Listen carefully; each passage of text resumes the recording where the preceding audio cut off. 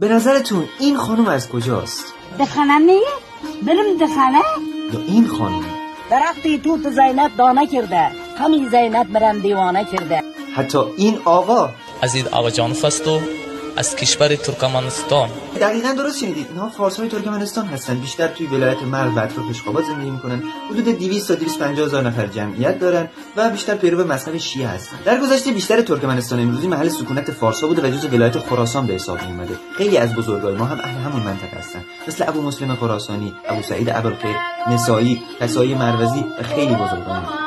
رفته رفته با جنگ‌ها و کشتارهایی که تو اون منطقه صورت میگیره، محل زندگی و جمعیت فارس‌ها کوچیک و کوچیک‌تر میشه تا به چیزی که امروز هست میرسه. امروز فارس‌های ترکمنستان دو گروه هستن. یک گروه بومیان خراسانی هستن مثل دو خانمی که اول دیدید و گروه دیگه سیستانی‌هایی هستن که حدود 200 سال پیش از ایران به اونجا کوچ کردن. توی تاریخ خیلی از فارس‌ها ترکمنستان رو به مقصد ایران ترک کردن و در ایران ساکن شدن. کسایی که فامیل مروی و یا مهنی دارن اصالتاً از اونجا میان.